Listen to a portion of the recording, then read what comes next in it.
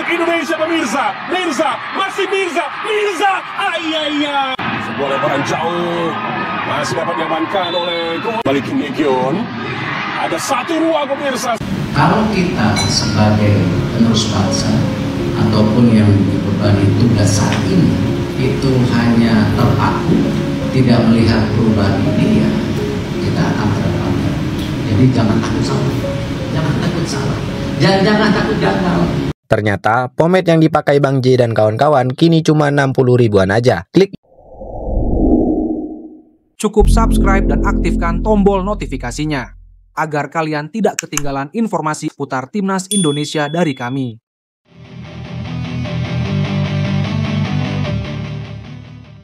Luar biasa seru. Admin saja sampai deg-degan nontonnya. Skor akhir dan skor sementara Timnas Indonesia versus Korea Selatan U17. Dan Erick Thohir langsung lakukan hal ini usai laga. Untuk update skor bisa kalian lihat di judul dan thumbnail video ini ya. Berita pertama, jalannya laga. Timnas U17 Indonesia menahan Korea Selatan 0-0 pada babak pertama duel grup C Piala Asia U17 2025 pada Jumat, 4 April 2025, pukul 22.00 waktu Indonesia Barat. Mistar gawang Dava bergetar oleh tembakan kaki kiri Kim Ye-gyeon pada menit ke-12.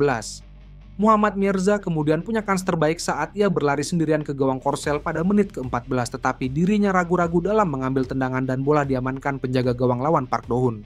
Dava kemudian harus mengamankan bola dari tembakan Oh Haram pada menit ke-17. Jung Hae-jung kemudian dapat kesempatan besar ketika tak terkawal di ujung kotak terlarang. Tetapi tembakannya pada menit ke-30, satu masih melebar tipis dari gawang merah putih. Secara keseluruhan, Timnas U17 berupaya keras bermain dengan sabar dan memanfaatkan momentum serangan dari bola-bola ke belakang pertahanan lawan. Namun, Korea Selatan yang lebih banyak menciptakan kesempatan depan gawang. Setidaknya, pasukan Nova Arianto mencapai jeda babak dengan skor 0-0 melawan tim yang langganan lolos ke Piala Dunia U17 tersebut. Berita kedua, Ketua Umum PSSI Erick Thohir memberikan apresiasi tinggi terhadap perjuangan tim nasional Indonesia U17 dalam laga perdana mereka di Piala Asia U17 melawan Korea Selatan. Meskipun harus menghadapi salah satu tim kuat di Asia, Garuda Muda menunjukkan semangat juang yang luar biasa.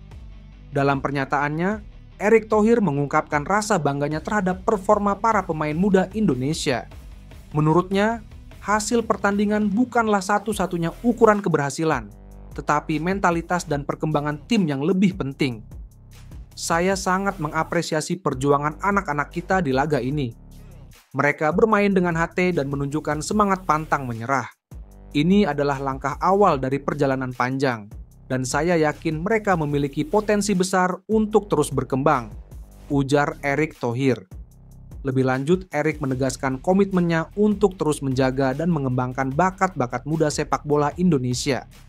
Ia menekankan bahwa PSSI akan terus memberikan dukungan penuh bagi pemain muda agar dapat berkembang dan bersaing di level internasional. Kita tidak boleh berhenti di sini. Pengembangan sepak bola usia dini adalah kunci bagi masa depan sepak bola Indonesia. PSSI akan terus berinvestasi dalam pembinaan pemain muda, baik melalui akademi sepak bola kompetisi berjenjang, maupun kerjasama dengan klub dan federasi luar negeri, tambahnya. FAM bisa rugi. Asisten pelatih Malaysia diincar klub Australia usai baru gabung dengan Timnas Malaysia. Timnas Malaysia mendapati salah satu pelatih di jajaran staf Peter Sklamovski sedang diincar klub Liga Australia.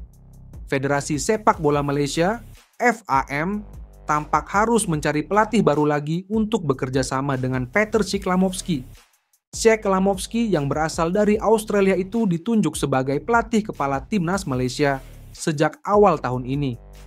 Ia baru bertugas pada satu pertandingan kala jeda internasional Maret lalu, yaitu melawan Nepal di ajang kualifikasi Piala Asia 2027. Laga tersebut berakhir dengan kemenangan 2-0 untuk Harimau Malaya. 2 gol Malaysia dicetak pemain diaspora debutan Hector Hevel serta bek kiri veteran Lavere Corbin Ong.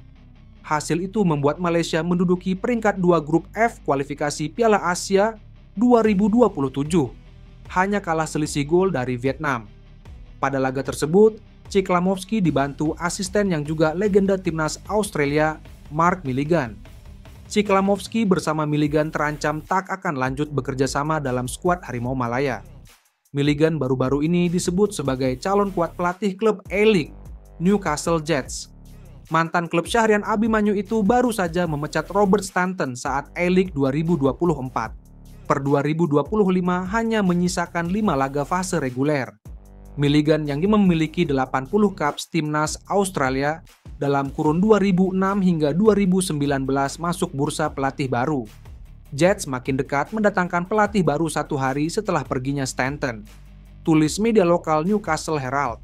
Newcastle Jets diambang finalisasi kesekapatan dengan mantan gelandang Socceroos Mark Milligan untuk musim 2025/26. Jika kesepakatan itu terrealisasi, kepergian Milligan akan menjadi pukulan telak bagi FAM. Situasi itu membuktikan pekerjaan timnas Malaysia tidak lebih menarik ketimbang klub papan tengah Australia.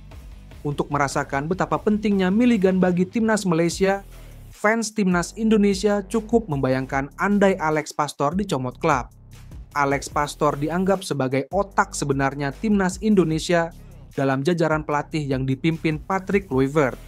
Media Malaysia makanbola.com menyatakan belum ada pernyataan resmi dari FAM. Hingga kini belum ada pengesahan resmi mengenai perkara ini dari pihak FAM maupun Mark Milligan sendiri. Tulis makanbola.com. Malaysia masih menyisakan 6 pertandingan di kualifikasi Piala Asia 2027. Viral momen asisten pelatih Patrick Kluivert di timnas Indonesia, Denny Lanzaat untuk pertama kalinya mudik ke Maluku, Ambon. Bahkan tampak momen Denny Lanzaat menyambut saudara-saudara serta tetangga terdekatnya dengan berbahasa Indonesia. Denny Lanzaat pulang kampung di momen Lebaran 2025 ini. Ia menyempatkan diri ke kampung halamannya di Maluku, Ambon.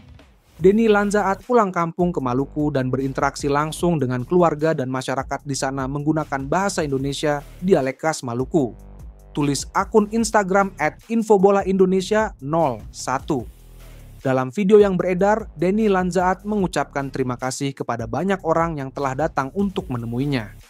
Shalom, terima kasih semua orang banyak-banyak datang ke sini. Terima kasih, aku masih bisa datang ke sini kepada keluarga dan pemilik acara banyak makanan.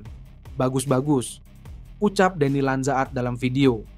Di momen lainnya, Denny Lanzaat terlihat sedang berkumpul bersama keluarganya di Ambon.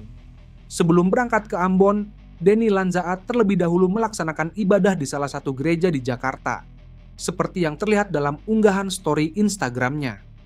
Voetbal International melaporkan bahwa Denny Lanzaat pernah bercerita tentang ibunya yang datang ke Belanda dari Maluku pada usia 2 tahun.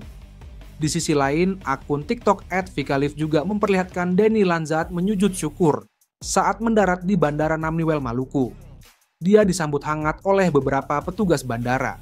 Saat ini, Denny Lanzaat memiliki tugas yang cukup berat, yaitu menjadi asisten pelatih timnas Indonesia.